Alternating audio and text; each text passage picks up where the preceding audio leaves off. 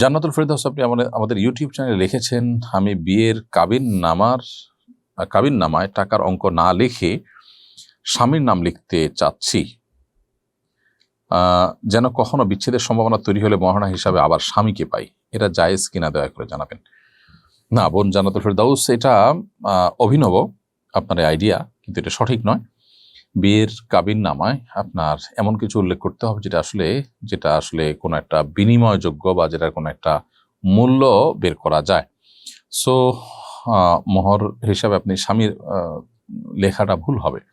স্বামী তো আপনি বাই ডিফল্টই পাচ্ছেন, কিন্তু আপনি যে আপনার চিন্তার কথা, যে থিঙ্কিংয়ের কথা বলেছেন, সেটি আবেগের কথা, বাস্তবতার কথা নয়। বাস্তবতার কথা হলো যে মোহরের ঘরে আপনার কোনো টাকার অঙ্ক, স্বর্ণগহনা বা এমন কিছু লিখতে হবে যেটা বিনিময়যোগ্য বা যেটা আর কোনো একটা মূল্য বের করা যায়, তাহলে সেক্ষেত্রে সেটা মোহর হবে।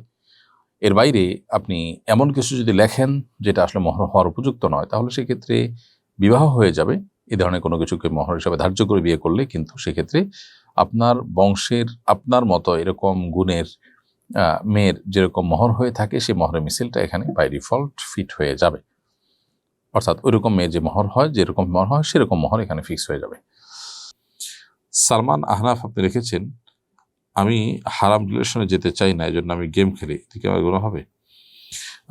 হারাম রিলেশন থেকে বাঁচার জন্য গেম খেলা নয়, বরং আপনাকে হারাম রিলেশন থেকে বাঁচার জন্য অন্য কোনো ওয়ে বা পদ্ধতি অবলম্বন করতে হবে। ধরা যাক আপনি শারীরিক কসরতে মগ্ন হয়ে গেলেন, শারীরিক কোনো পরিশ্রমে লেগে গেলেন, অনেক বেশি ব্যস্ত হয়ে পড়লেন, এবং বৈধ রিলেশনে যাওয়ার জন্য প্রচেষ্টা করলেন। এগুলো হলো সঠিক পথ। আপনি একটা ভুল পথ থেকে বাঁচার জন্য আরেকটা ভুল পথে যাচ্ছেন, যেটা সঠিক নয়।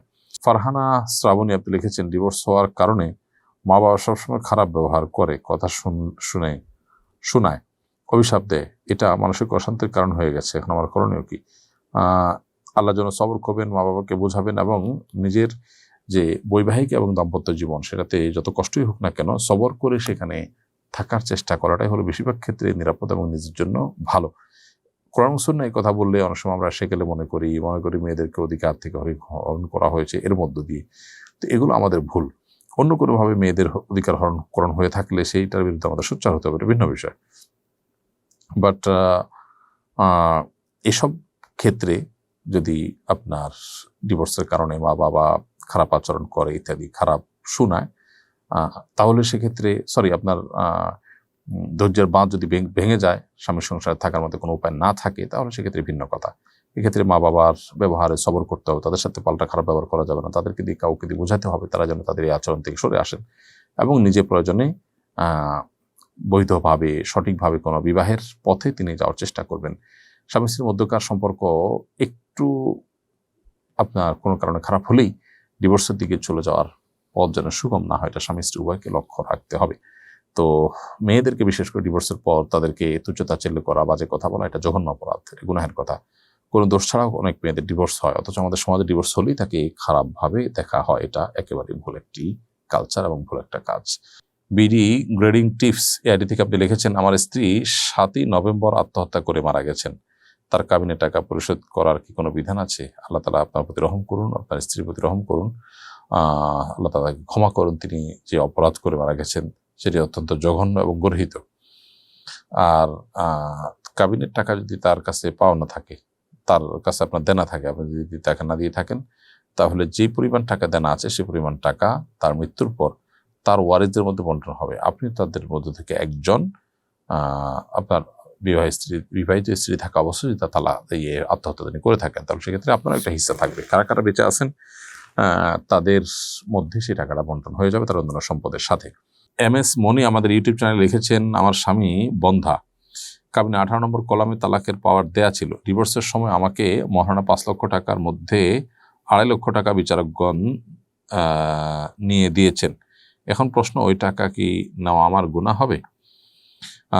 যদি আপনার স্বামী বন্ধাত্বের কারণে আপনি বিবাহ বিচ্ছেদ করার উদ্যোগ নেন, তো 18 নম্বরের তালাকের যে পাওয়ার দেওয়া হয়েছে, সেই তালাকের পাওয়ারে কি লেখা ছিল? সেখানে লেখা থাকার কথা নিয়ম অনুযায়ী পোষণ না দিলে, বনিমরা না হলে ইত্যাদি ইত্যাদি, সেগুলো যদি হয় এবং সেই ভিত্তিতে যদি আপনাকে পাওয়ার দেয়া থাকে, সেই পাওয়ার যদি আপনার মধ্যে থাকে এতদিন, তাহলে সেক্ষেত্রে সেটা আর কোনোটা পাওয়া গেলে তখন আপনি এর প্রয়োগ করতে পারেন।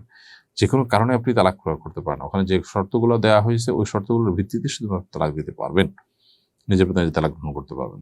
এমডি হাসিব আপনি লিখেছেন আমাদের ইউটিউব চ্যানেলে, আমি নতুন বিয়ে করতে চাচ্ছি, সেক্ষেত্রে কোনো বই আছে কিনা যে বই পড়ে ইসলাম অনুসারে দাম্পত্য জীবন যেন কোরআন সুন্নাহ মোতাবেক গড়তে পারি।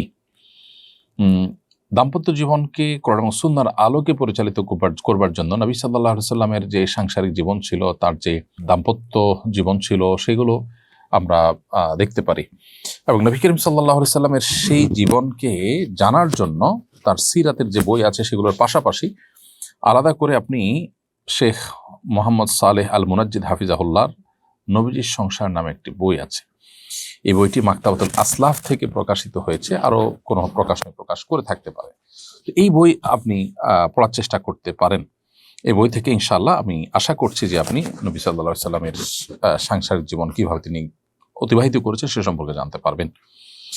এর বাইরে নবী করিম সাল্লাল্লাহু আলাইহি সাল্লামের যে সিরাতের গ্রন্থ আছে সেগুলোতে নবী সাল্লাল্লাহু আলাইহি সাল্লামের জীবনের এই পার্টটা, অর্থাৎ তার দাম্পত্য জীবনটা সম্পর্কে আপনি জানতে পারবেন। আমাদের পূর্বসূরি সালাফদের পূর্বসূরিদের জীবন, দাম্পত্য জীবন সম্পর্কে বিভিন্ন বই পুস্তক আছে, সেগুলো আপনি পড়তে পারেন।